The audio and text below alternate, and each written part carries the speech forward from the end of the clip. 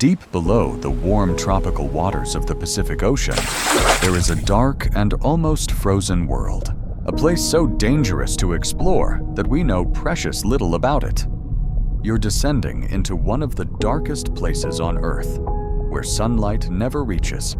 On February 11th, 2026, researchers published deep-sea findings from the Kural Kamchatka Trench, revealing unexpected biological activity at extreme ocean depths.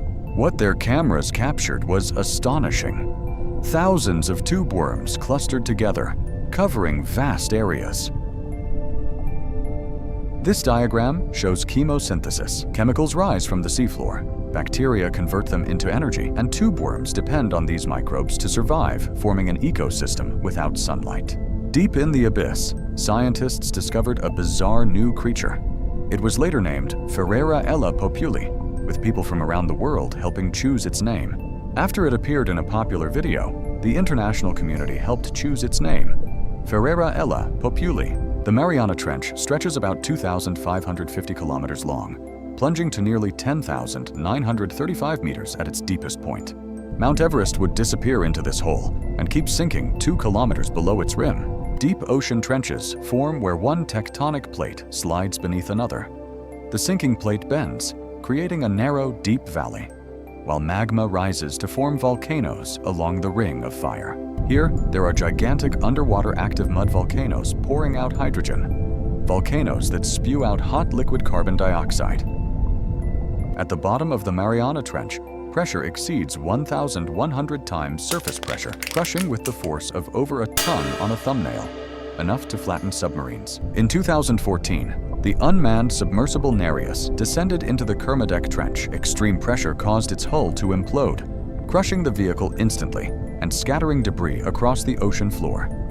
In 1960, Don Walsh and Jacques Piccard descended in the bathyscaphe Trieste to the Challenger Deep. During the descent, an outer plexiglass window cracked. The pressure sphere remained intact. They reached the seafloor, stayed for about 20 minutes, and then returned safely to the surface. James Cameron completed the first solo dive to the Challenger Deep in the Mariana Trench. He reached nearly 11,000 meters depth in the deep-sea Challenger submersible, spent about 3 hours on the seafloor collecting samples and filming, and then safely returned to the surface. At the surface, in the epipelagic zone, sunlight floods the water. Descending past 200 meters, we enter the mesopelagic twilight zone. Sunlight drops to less than 1% of surface levels, temperature falls to 5 to 10 degrees Celsius, and bioluminescent creatures start appearing. Below 1,000 meters, we enter the midnight zone. In our lights, strange fish emerge. An owlfish with enormous eyes, a barrel eye with a transparent head and upward-facing eyes, and an anglerfish drifting through the darkness with its glowing lure. The giant squid, with eyes larger than any animal on Earth, measuring 13 meters long, or perhaps much larger. The pelican eel with massive jaws and an extending stomach capable of swallowing prey larger than itself. Below 6,000 meters, we enter the Hadal zone, named after Hades, the Greek god of the underworld. Even at 9,500 to 10,000 meters deep, rich and diverse ecosystems thrive in near-freezing water, around 1 to 2 degrees Celsius. These creatures aren't living off sunlight. They host chemosynthetic bacteria in their tissues. At around 8,000 meters depth, we find the Mariana snailfish and cusk eels, the deepest known fish species alive. Giant amphipods, growing up to 30 centimeters, scavenge the seafloor, feeding on detritus and fallen organic matter.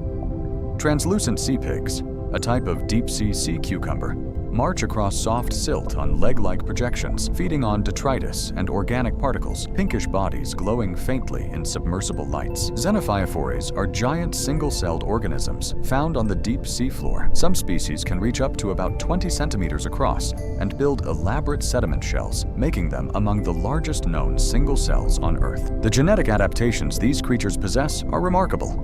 Deep-sea fish show genetic modifications. TMAO helps fish survive extreme pressure. Expected to rise with depth, it actually stays around 50 to 60 millimoles per kilogram. During a deep-sea mission off Argentina's coast, scientists filmed a rare giant phantom jellyfish and documented about 28 organisms that may represent new species, revealing unexpected biodiversity. How little we've explored. Only 27 people have reached the Challenger Deep. 12 have walked on the moon. and over 7,000 have climbed Everest. Yet across the vast Hadal Zone, an area comparable to Australia, only about 400 species have been identified. Imagine exploring the Grand Canyon at night with a single camera. You'd see only tiny sections, missing most of its vast detail. This shows how little we truly know about the deep ocean.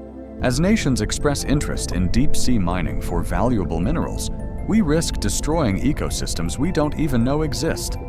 The Chinese discoveries show that all genomic data has been made freely available to researchers worldwide. Life in the deep ocean shows how organisms might survive on other worlds, like the icy moons Europa and Enceladus, where similar dark, high-pressure oceans may exist.